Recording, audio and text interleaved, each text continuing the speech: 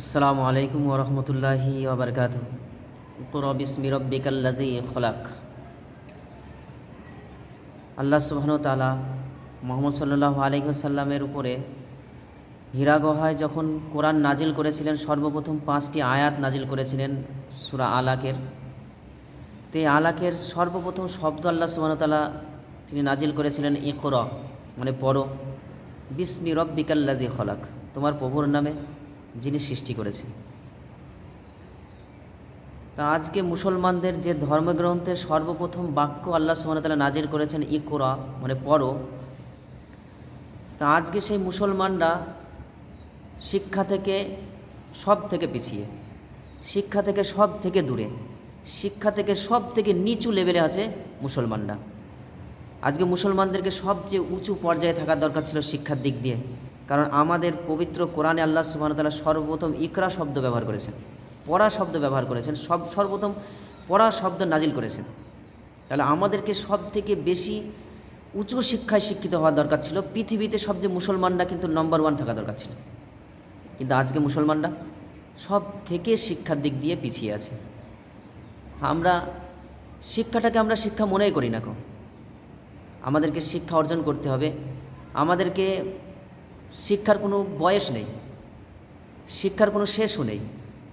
আপনি যত পড়বেন ততই আপনি মনে হয় যেন নতুন নতুন হয়ে যাচ্ছে।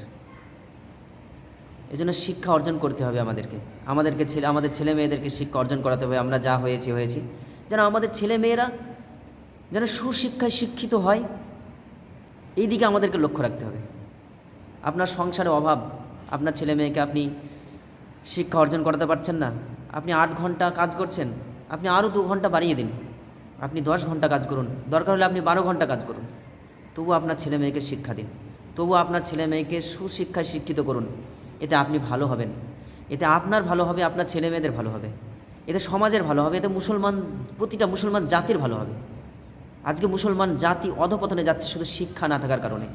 আজকে পৃথিবীতে মুসলমানরা এত লাঞ্ছিত অপমানিত কেন জানেন? আজকে মুসলমান মারামারি করছে কেন জানেন? আজ মুসলমান গুলি করছে, আজ এক মুসলমানকে বোমা মেরে ফেলছে আজকে আমাদের ভারতবর্ষে। কেন জানেন? শুধু শিক্ষা না থাকার কারণে। যদি প্রতিটা মুসলমান শিক্ষিত হতো তাহলে আজকে ভাইয়ে ভাইয়ে মারামারি করতো না। যদি মুসলমান শিক্ষিত হতো তাহলে আজকে এক মুসলমান আর এক মুসলমানকে গুলি মারতো না। যদি মুসলমান শিক্ষিত হতো তাহলে এক মুসলমান আর এক মুসলমানের উপরে বোমা মারতো না। আজকে আমাদের শুধু শিক্ষার অভাবে, শিক্ষা না থাকার কারণে আজকে আমাদেরকে ব্যবহার করা হচ্ছে, শুধু শিক্ষা না থাকার কারণে। আজকে আমাদেরকে নেতা মন্ত্রীরা ব্যবহার করছে শুধু শিক্ষা না থাকার কারণে। দেখেন তো, যে মুসলমানগুলো শিক্ষিত আছে তাদেরকে কোনো নেতা মন্ত্রীরা ব্যবহার করতে পারে কিনা? শুধু আপনি মূর্খ মানুষ, আপনি অশিক্ষিত মানুষ, আপনাকে আপনার নেতা মন্ত্রীরা ব্যবহার করছে, শুধু আপনি শিক্ষিত নাই তাই। আর আপনি যদি শিক্ষিত হতেন, আপনি ওই নেতা মন্ত্রীর কথা আপনি কখনোই মানতেন না। এজন্য শিক্ষা অর্জন করুন, নিজের ছেলে মেয়েদেরকে সুশিক্ষায় শিক্ষিত করুন।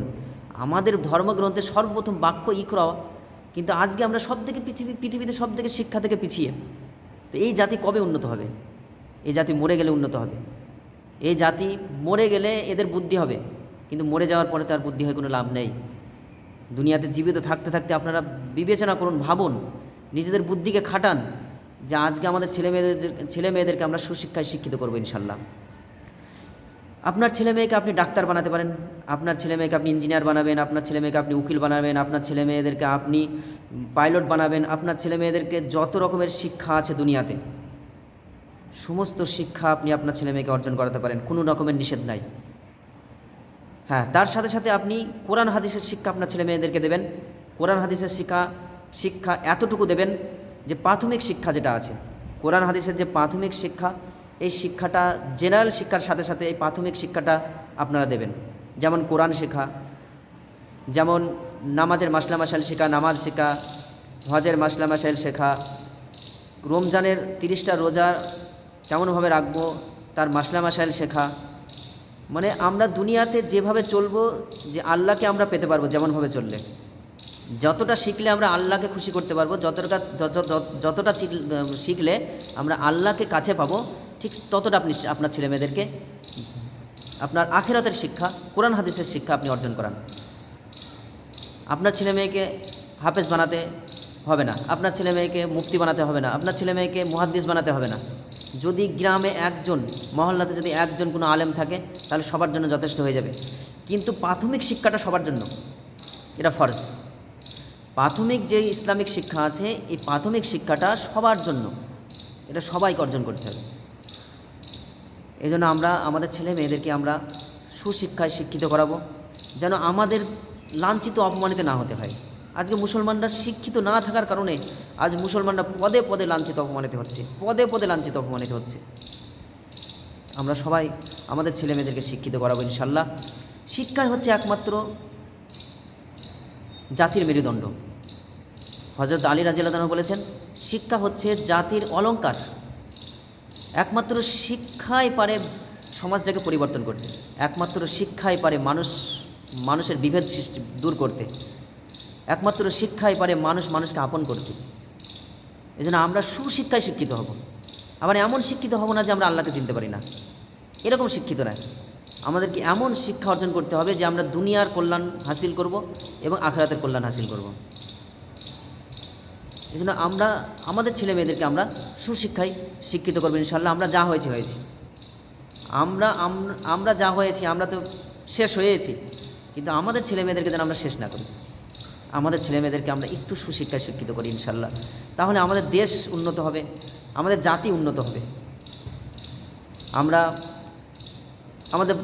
আমাদের যা পরিস্থিতি, মুসলমানদের যা পরিস্থিতি আজকে বিশ্বে, আজকে মুসলমানরা যদি সবাই শিক্ষিত হতো তাহলে মুসলমানরা আজকে লাঞ্ছিত অপমানিত হতো না। সবাই আমরা আমাদের ছেলে মেয়েদেরকে শিক্ষিত বানাবো ইনশাল্লাহ। যেমন করে হোক আমরা তাদেরকে শিক্ষা দেব, যেমন করে হোক। আমরা রাত দিন 24 ঘন্টা পরিশ্রম করি, তাও আমাদের ছেলে মেয়েদেরকে আমরা অশিক্ষিত বানাবো না, আমরা শিক্ষিত বানাবো। আজকাল জানেন, ছেলে যেই মাধ্যমিক পাস করছে, বাবা পাঠিয়ে দিল, যাও বাইরের রাজ্যে কাজে চলে যাও। যেই উচ্চ মাধ্যমিক পাস করছে, যাও বাইরে চলে যাও, কাজে চলে যাও। না, আমাদেরকে এমন শিক্ষা দিতে হবে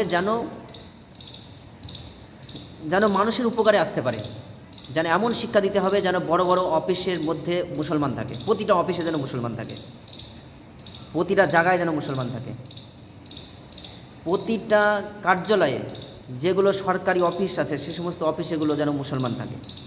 এমনভাবে আমাদের ছেলে মেয়েদেরকে শিক্ষা দিতে হবে। আমরা সকলে চেষ্টা করুন ইনশাল্লাহ। আল্লাহ সুবহানাহু ওয়া তাআলা আমাদের সকলকে শোনার থেকে বেশি বেশি আমল করার তৌফিক দান করুক। ওয়া আখির দাওয়ানা আলহামদুলিল্লাহি রাব্বিল আলামিন।